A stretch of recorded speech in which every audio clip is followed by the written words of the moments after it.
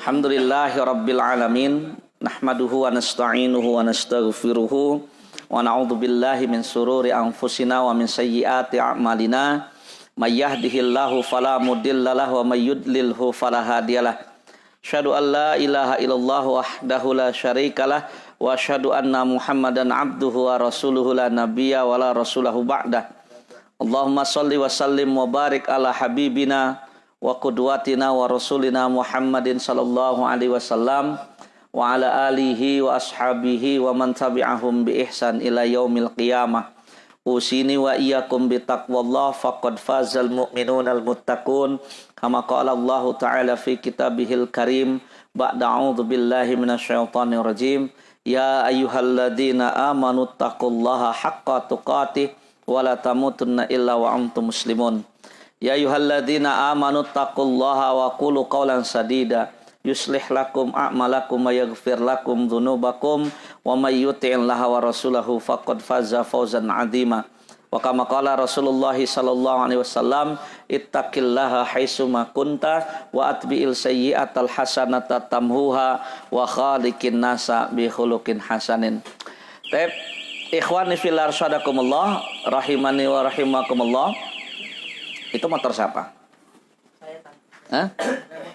Nah, matiin dulu manual aja, itu hidup terus itu. Ya. Genit itu ininya motornya itu. Ya, kelap-kelip terus dia. Taib ikhwan fillah rasyadakumullah, malam hari ini kita akan kembali lanjutkan kajian kitab kabairnya kita. Kita sudah masuk ke pembahasan dosa besar yang nomor 20 ya. Ya. Karena terakhir kita sudah membahas dosa besar yang ke-19, yaitu mengambil harta ghanimah dengan sifat khianat. Ikhwani fillah rasyadakumullah, sesungguhnya Allah Subhanahu wa taala mengharamkan kepada kita memakan harta di antara sesama kita dengan cara yang batil. Tapi kalau kita mengambil harta saudara kita bukan dengan cara yang batil, itu diperbolehkan dengan jual beli atau dengan metode yang lain.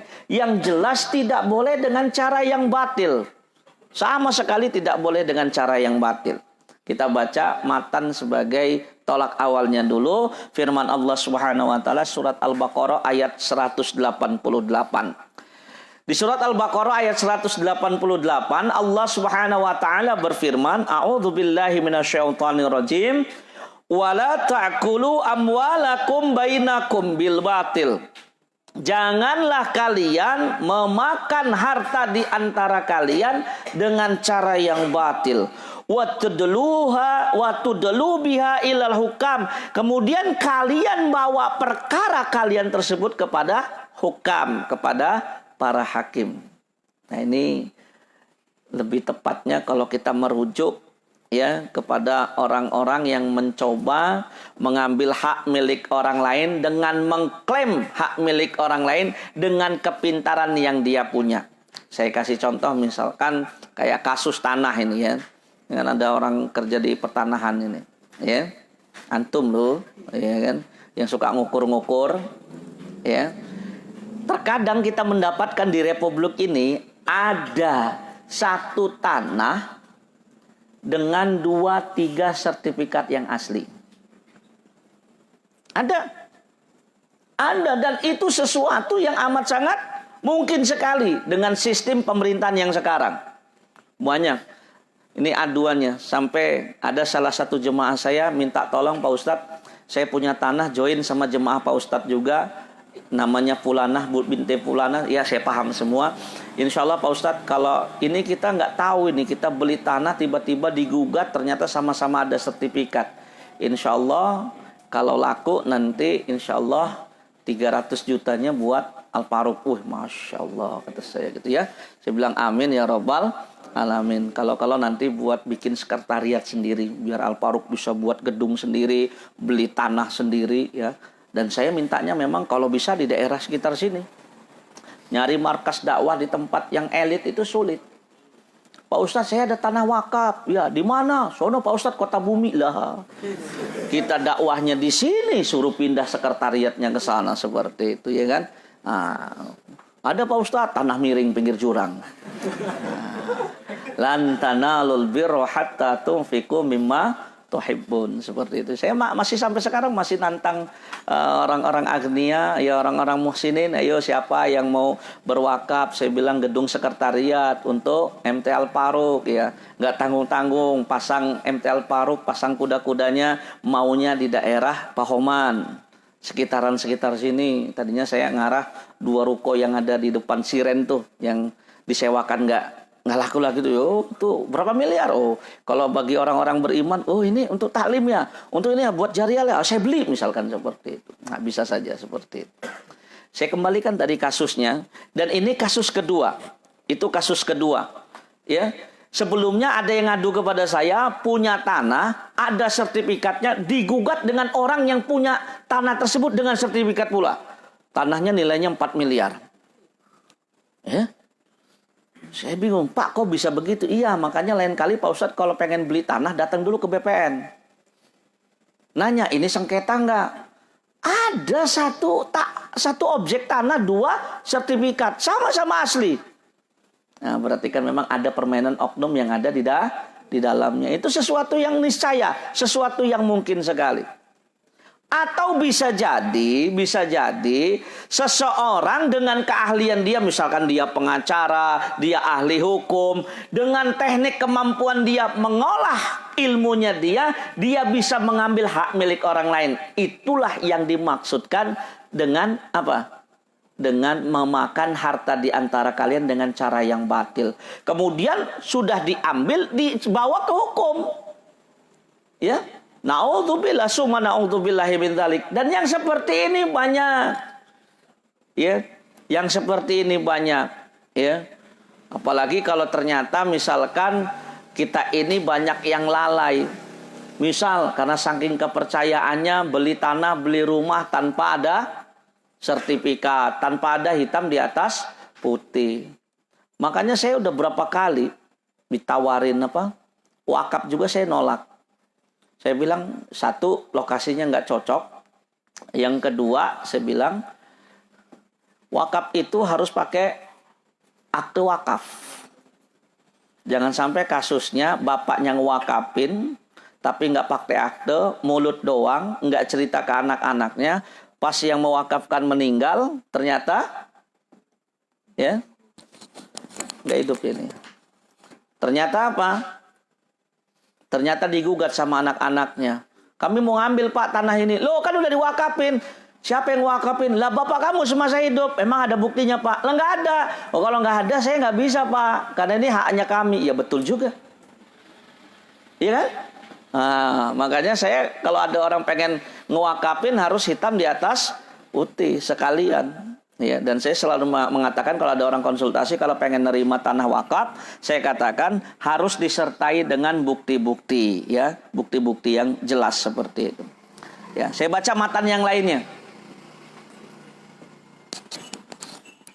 Cek.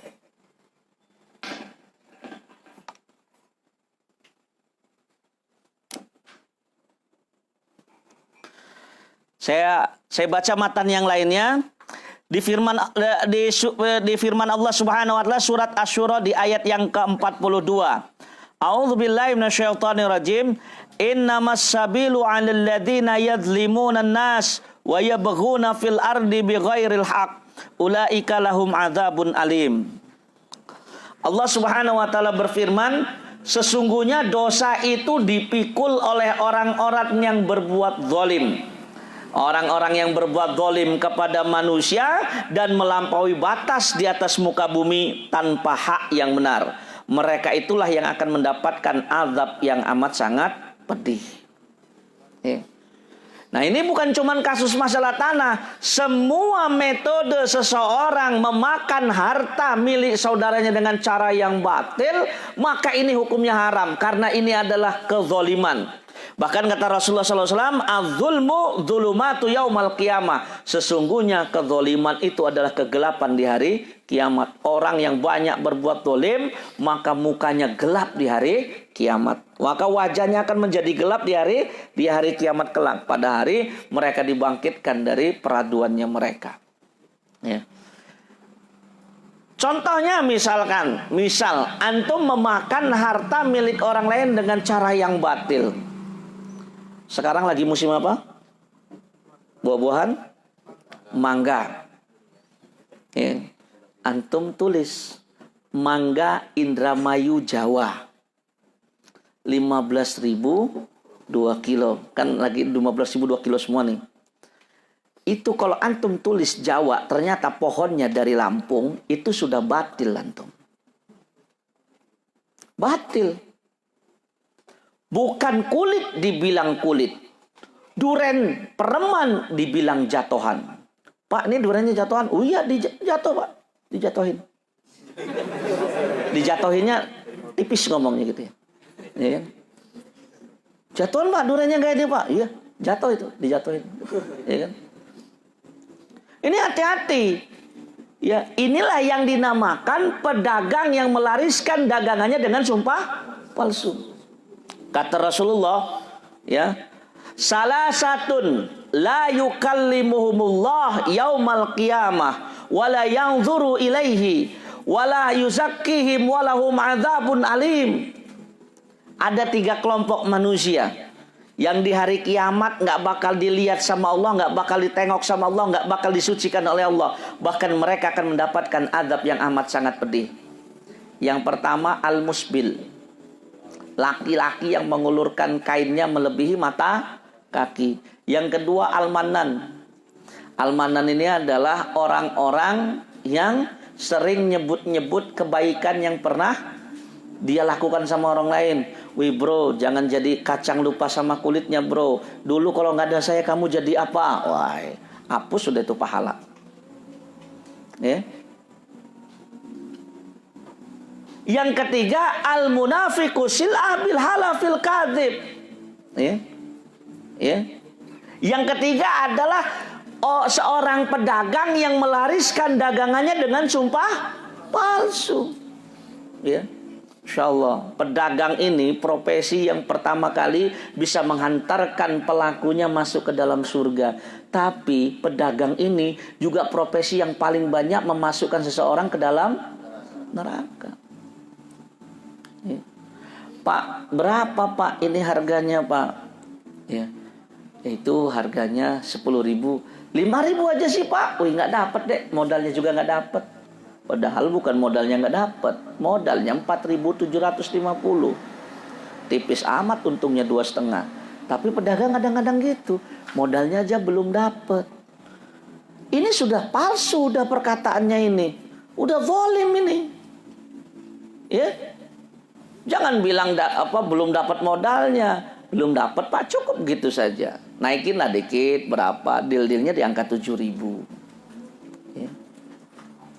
Banyak kita di antara kita mencari harta itu dengan cara yang batil, banyak. Di antaranya dengan cara perniagaan. Di antaranya dengan cara perniagaan. Ya. Impor, barang impor. Beli dompet kulit impor katanya. Impor dari Cibaduyut ternyata. Ya. Dikira kita dari Paris, dari Itali, ya. Atau minimal impor dari Cina gitu kan, walaupun KW-KWG ya. Tapi ini dibilangnya oh ini impor katanya, padahal tidak impor. Pengertian di otak manusia itu kalau impor itu yaitu dari luar negeri masuk ke dalam negeri, bukan dari luar kota masuk ke dalam kota, bukan begitu. Nyurangin timbangan, nyurangin kemasan, itu pun bagian daripada memakan harta dengan cara yang batil. Jual duku, atasnya gede-gede. Berapa Pak? Wow, 30.000 sekilo katanya. Ya, begitu dikiloin, bawahnya kecil-kecil. Ya kan? Nah, atau saya kasih tahu ya trik yang paling ini kalau dalam musim mangga ini ya, saya kasih tahu triknya nih ya. Pedagang, karena saya pedagang. Mangga Dermayu yang super harganya 20.000. Yang ukurannya sedang harganya 15.000 per kilo. Datang, Pak, yang gede berapa? Padahal sama aja, sama-sama manis. Cuman yang satu ukurannya gede-gede, yang satu kecil. Berapa Pak sekilo? 20.000. Kalau yang kecil? Ya 15 katanya. Ya sudah Pak, minta yang sekilo aja Pak.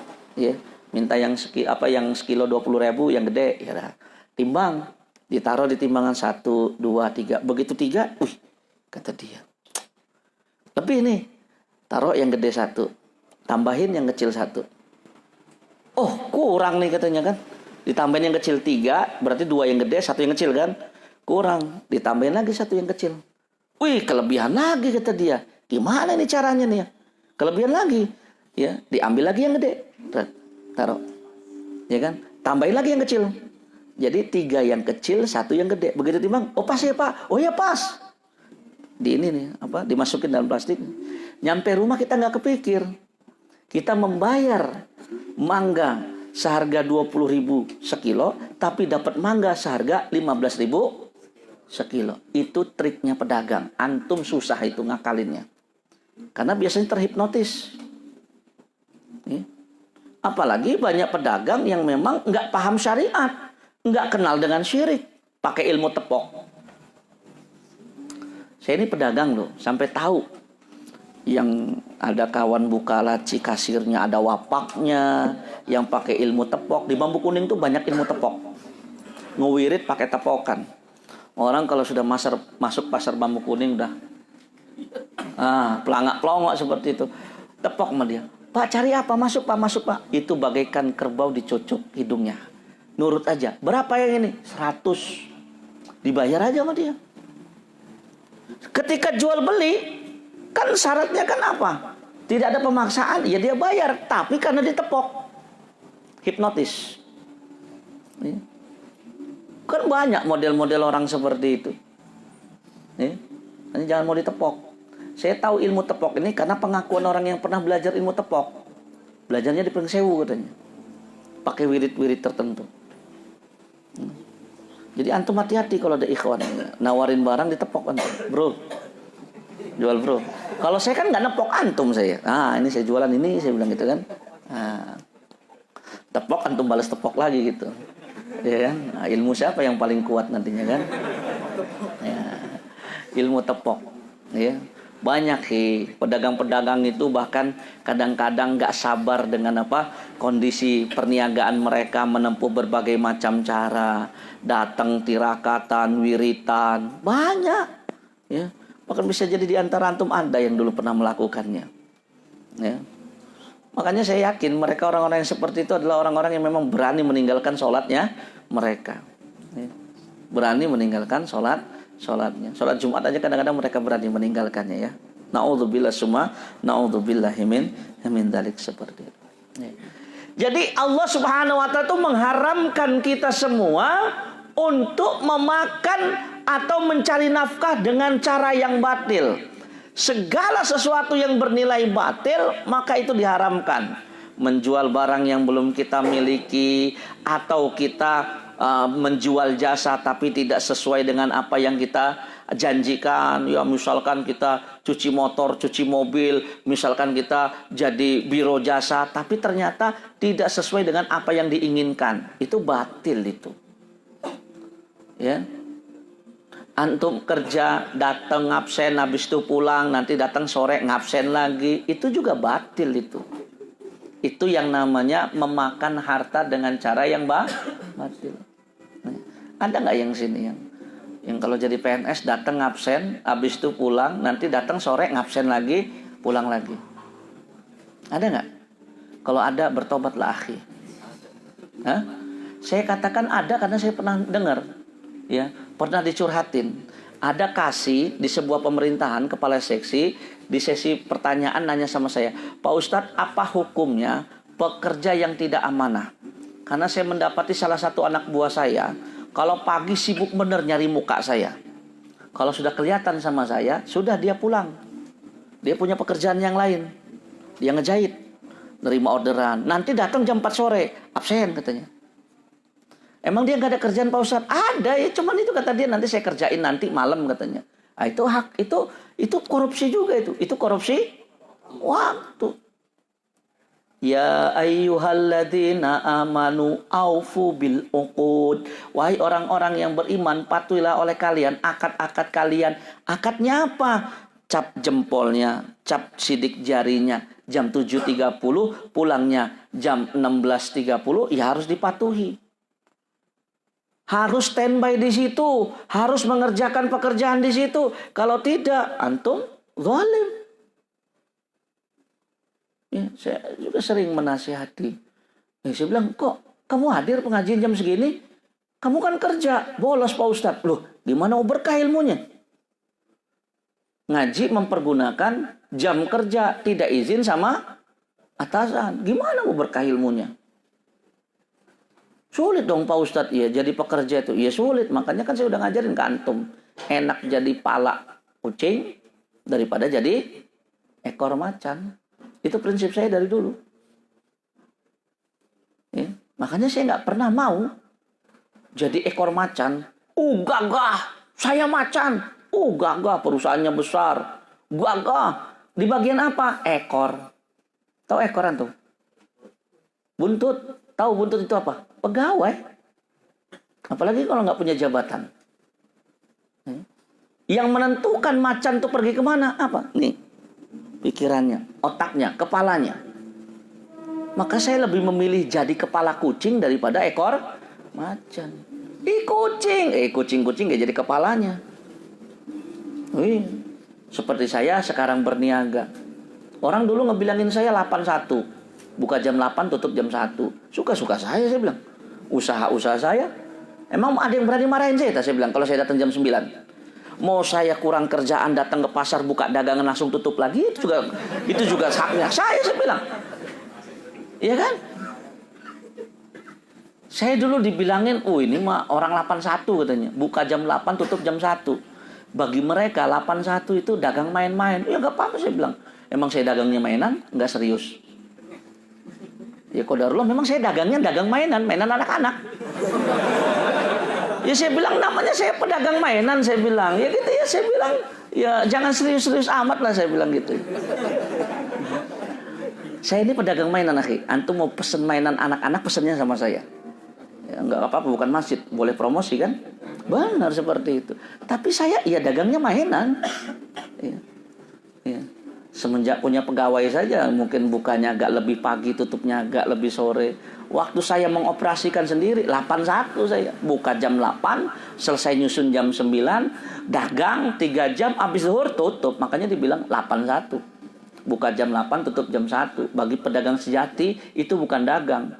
Kalau pedagang sejati itu punya prinsip buka sebelum toko lain buka, tutup sebelum lain. Ketika toko lain sudah tutup. Nemen amat saya bilang itu. Ada yang model gitu etos kerjanya. Kerjanya itu 7 kali 7 hari dalam seminggu. Itu lebaran dia tetap buka. Saya bilang orang kafir aja lebaran kita tutup loh. Ini buka, ini lebih kafir apa gimana saya bilang gitu. Ada di pasar Cimeng itu ada yang model seperti itu. Banyak. Kalau yang buka itu non muslim sih ya. Oke, tapi non muslim tuh malah menghormati loh. Lebaran pertama nggak buka, lebaran kedua nggak buka. Ini yang muslim buka. Itu kemungkinannya kalau nggak orang kafir tampangnya muslim, kalau nggak punya saudara itu. Nggak silaturahim itu. Nggak usah disebut-sebut merek. Ada pekerjanya di sini nih. Mana ini orang ini? Nggak ada ya? Seperti itu. Iya. Susah. Gimana Ustadz? Saya harus masuk. Nah, itulah kata saya tadi. Enak jadi kepala kucing daripada ekor macan. Seperti itu. Ya. Jadi saya kembalikan ikhwan. Sesungguhnya memang Allah Subhanahu wa taala mengharamkan kita untuk memakan harta dengan cara yang batil. Apalagi benar-benar harta itu milik orang lain, kita ambil dengan cara yang batil dengan keahlian kita. Misalkan mencuri, misalkan merampok, atau dengan keahlian kita mengolah kata-kata seperti para pengacara, ya kan ke pengadilan PTUN ya, seperti itu. Itu bisa mempailitkan perusahaan, bisa ini.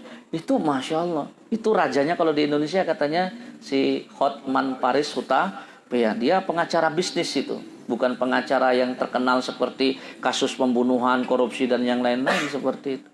Nah, itu hati-hati yang seperti itu. Dengan keahlian yang kita miliki, tapi kalau sampai kemudian kita memakan harta orang lain dengan cara yang batil, maka itu adalah kedzaliman. Adzulmu dzulumatu yaumal qiyamah, seperti itu. Termasuk diantaranya ikhwan, kebatilan kita dalam memakan harta milik orang lain adalah ketika kita ya menunda-nunda pembayaran utang. Ya. Kata Rasulullah SAW, matlul ghani dzulmun. Ya, penundaan pembayaran oleh orang kaya atau oleh orang yang mampu membayar utang itu adalah sebuah kezaliman. Ini makanya mungkin nanti antum harus lebih paham lagi tentang fikih membayar utang. Satu mungkin yang tidak banyak disadari oleh mayoritas kaum muslimin, ternyata kalau kita berniat membayar hutang, Allah akan memberikan kelancaran rezeki buat kita. Benar. Tapi kalau di otak kita memang utang itu artinya begini. Nantilah belum jatuh tempo. Maka antum akan susah mendapatkan rezeki yang barokah. Kita itu begini prinsipnya. Jangan kita bersantai dengan hutang kita. Jangan bersantai dengan hutang kita. Saya pernah sih Pak ngutang. Jujur aja saya pernah. Motor saya dulu yang tahun 2011 itu yang saya jual. Saya ganti dengan roda 4 itu, Mega Pro itu lebih tepatnya dulu dipaksa ngutang. Dikasih saya nggak mau. Jujur aja saya dikasih nggak mau. Ada orang nyodorin duitnya 12 juta. Saya bilang, jangan Pak, saya bilang. Ya, akhirnya karena dia, udah nggak apa-apa terima aja Ustaz. Boleh Pak, tapi jangan diberi. Bagaimana kalau saya bilang, saya diutangin aja. Karena dia saya boncengin dengan motor saya, nanjak di tanjakan Indrapuri itu, ngap motornya. Kata dia, berarti Pak Ustadz sudah saatnya ganti motor. Ya, tapi saya bilang, Pak, kayaknya duitnya kurang. Saya pengennya motor gede, katanya. Dia hubungi kawan-kawannya, kemudian digenapkan jadi 20 juta. Saya ngomong sama mereka, ini duit nganggur bukan? Duit produktif bukan? Bukan produktif Ustadz, insya Allah nganggur, tabungan kami. Nggak jadi masalah. Ya sudah, saya bilang. Akadnya bagaimana? Ya akadnya gini aja, Pak Ustadz longgar bayar. Ya, kalau lagi sempit nggak usah. Oh, saya nggak mau akad begitu. Tentukan saja berapa per harinya atau berapa per bulannya. Ya sudahlah, per bulannya 300. Oh, saya bilang mana ada kredit motor segitu, saya bilang. Karena saya ini Pak sudah dipinjemin dengan pinjaman yang super lunak. Pinjaman tanpa bunga, pinjaman tanpa kelebihan, tanpa riba sedikit pun. Akhirnya saya bilang, buat memotivasi saya, sebulan 1 juta. Saya akan melunasinya dalam jangka 20 bulan. Saya genjot tiap bulan tuh Pak. Usaha saya itu. Alhamdulillah. Dari tenggat waktu 20 bulan, hanya kurang lebih 14 bulan saya bayar itu. Lunas. Sampai kaget mereka. Kok cepat benar Pak Ustadz? Ya itu, kalau niat bayar utang, Allah juga akan melancarkan rezekinya. Kita itu enggak, kadang-kadang. Utang itu, nantilah belum jatuh tempo. Kalau bisa dilunasin. Ya. Jangan pernah antum tuh menunda-nunda pembayaran utang, apalagi kalau kita mampu. Ya, satu-satunya kondisi jenazah yang Rasul pernah tidak mau menyolatkan padahal dia seorang muslim adalah jenazah seorang muslim yang punya utang. Hati-hati. Dan sekarang kan memang banyak adab-adab orang yang punya utang itu yang tidak diperhatikan. Punya utang asik jalan-jalan. Punya utang tapi masih sempatnya beli HP baru. Ganti HP baru. Mbok ya bayar utang dulu gitu loh. Ya. Sampai saya kalau ditanya, Pak Ustadz, saya bayar utang dulu apa umrah dulu? Utang dulu lah. Masa umroh apa saya bilang berhutang, apalagi kalau hutangnya itu terkait dengan orang dengan masalah perutnya. Ada loh orang tuh Pak ngasih utang saudaranya, ngasih hutang sahabatnya, walaupun dia berat, tapi kata dia saya pengen dapat pahala apa meminjamkan lah. Kan pahala meminjamkan tuh lebih besar daripada pahala memberi. Padahal dia tahu ini bukan uang nganggur, ini uang produktif. Tapi ternyata ketika setelah dipinjam, ternyata susah benar ngebalikinnya. Dan ketika kita tidak berniat bayar utang, maka kita hitungannya memakan harta orang lain dengan cara yang batil. Zalim itu. Apalagi kalau ternyata kita mampu. Nah, jangan gini. Jangan satu punya kebiasaan ngutang. Kita tuh prinsipnya kalau bisa beli cash ngapain? Ngutang. Tapi kan kita kadang-kadang gitu digoda ya. Sampai emak-emak itu urusan Tupperware aja 10 kali bayar 10 bulan. Padahal yang dikredit gelas cuman harga 60.000.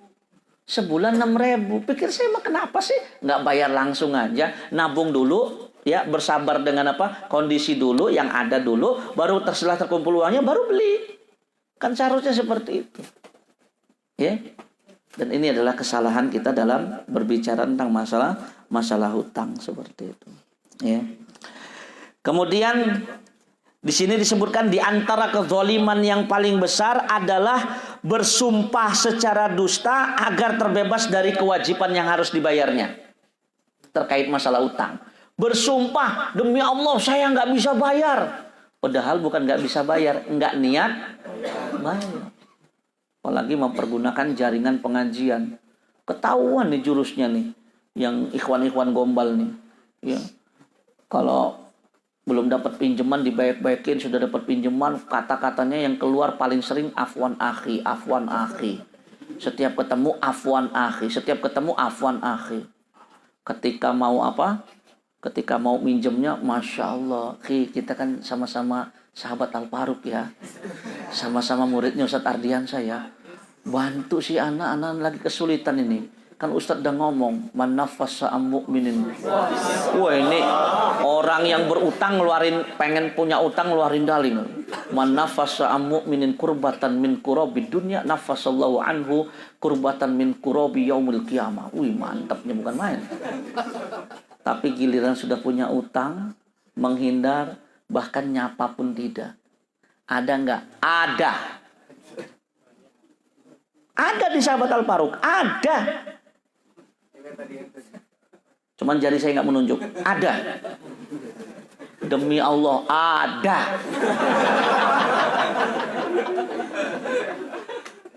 Ya. Orangnya sampai curhat sama saya. Maksud saya gini Pak Ustadz, seandainya belum mampu bayar utang, ya nggak apa-apa, biasa aja, tegur aja saya. Ini mentang-mentang ditagih nggak bisa, ditagih nggak bisa. Asal ketemu saya kayak kucing ketemu anjing. Saya kesini dia kesana, saya kesini dia kesana. Antum perhatiin makanya. Siapa yang nggak mau ketemu sama ikhwannya, itu bisa jadi dia itu. Nggak apa-apa, saya mau dibilang tukang sindir juga nggak apa-apa. Biar paham. Utang itu kalau nggak niat, apalagi memang kita niat dari awalnya berhutang tuh niatnya nggak baik, ikhwan, ya. Saya pengen kasih tahu ke antum, maka kita akan tidak berkah hidupnya. Ngutang tuh nggak jadi masalah. Saya pun pernah punya utang, tapi yang jadi permasalahan apa niat kita berhutang, bagaimana sikap kita terhadap utang, itu yang jadi masalahnya. Udah berkali-kali nih saya mendapatkan kasus seperti itu. Ya, saya bacain dulu dah hadisnya karena tadi langsung ke contoh ya. Kata Rasulullah SAW ya, terkait tentang masalah orang yang bersumpah terkait masalah hutang itu, manik tata'a haqqa imrim muslim biyamini. Barang siapa yang mengambil, walaupun bahasanya memotong, tapi terjemahannya barang siapa yang mengambil hak seorang muslim biyamini dengan sumpahnya, faqad aujaballahu lahun nar, maka Allah telah mewajibkan bagi dia masuk ke dalam api neraka. Kila, kemudian ditanyakan kepada beliau Rasulullah SAW, ya Rasulullah, wahai Rasulullah, wa in kana syai'an yasiran, walaupun hal itu remeh, kecil, sedikit ya Rasulullah. Ya, qala, apa kata Rasulullah, wa in kana qadiban min araq. Kata Rasulullah, walaupun itu cuman ranting kecil terbuat dari arok. Arok itu kayu arak yang biasa dipakai buat siwak. Antum ada orang jual siwak, antum ngutang, ya, pakai siwak untuk ibadah. Tapi antum ini bukan nggak mampu bayar, memang nggak niat bayar. Setiap ketemu mukanya itu buang muka. Kalau dia lupa, kalau dia lupa. Yang model kayak gini banyak. Sesungguhnya saya katakan berhutang itu bukan sesuatu yang hina. Yang hina itu adalah orang yang berhutang tapi dari awal niatnya memang nggak mau bayar. Ada nggak? Banyak ikhwan. Ya. Banyak. Kemarin dapat laporan lagi. Waduh, kasihan Bapak Fulan. Kenapa? Duitnya macet, ratusan juta dipinjam sama jemaah mana? Sama-sama itu yang ngaji di masjid Masjid yang notabene pengajiannya sunnah semua. Yang notabene yang ngisi ustadznya yang sepemahaman semua. Tapi kayak gitu. Nggak niat. Dipelajari track recordnya ternyata memang seperti itu. Zalim itu. Itulah yang namanya memakan harta dengan cara yang tidak benar, dengan cara yang batil seperti itu. Nunda-nunda pembayaran utang juga tuh batil itu. Tapi kan Pak Ustadz, kita kan belum jatuh tempo. Jatuh tempo itu kalau kita memang belum lapang. Kalau belum jatuh tempo sudah lapang kan bayar aja. Tapi Pak Ustadz, kalau sama bank, kita pengen lunasin malah kita kena penalti. Ya resiko. Namanya riba kayak gitu. Lancar riba, telat denda, lunasin kena penalti. Untungnya di mana? Tapi kok hebatnya banyak orang masih mau melakukannya. Kayak sekarang nih, mumpung saya ngelihat sales HP ya, pengen nyatain tentang masalah HP. Sekarang ini kan banyak saya lihat di mall-mall itu ngeriditin HP hanya dengan modal KTP dan KK, ya kan? Kalau cuman urusan HP mah nggak usah ngeredit, ya kan? Beli HP yang nggak Android juga nggak apa-apa. Mati gara-gara ngutangin HP nanti bahaya kan? Nggak enak. Ya. Bingung kan? Yang punya HP-nya kan pas dikreditin 3 bulan kemudian meninggal. Waduh, mau nagih gimana? Padahal di bank ada perjanjian. Kalau mati empas. Di bank kan gitu kan? Iya kan? Asuransi mati lunas. Oh, saya bilang lunasnya sama asuransi. Hitungan antum sama Allah nggak lunas. Antum punya utang walaupun artinya sudah di-cover dengan asuransi yang lain. Kalau kata saya antum tetap harus bayar sedekah itu. Dari mana ceritanya kalau mati utang lunas?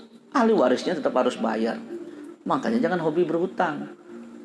Berhutanglah ketika tatkala diperlukan. Seperti itu. Nunda pembayaran hutang itu bagian daripada kezaliman. Seperti itu. Atau korupsi. Kalau korupsi ini dalilnya. Man ista'malnahu ala amalin. Barang siapa yang kami pekerjakan untuk sebuah pekerjaan. Fakatama mihyaton.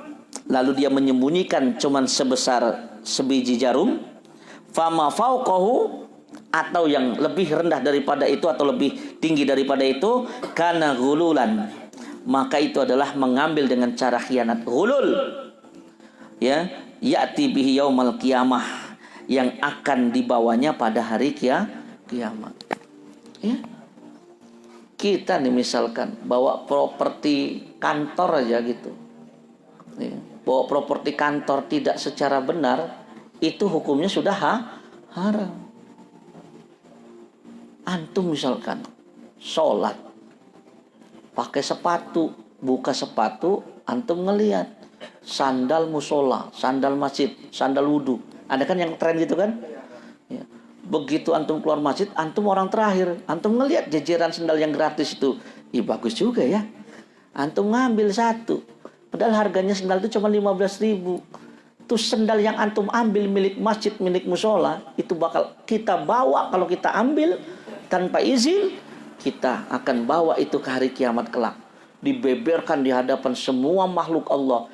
Nih yang pernah saya ambil dulu, korupsi sendal jepit.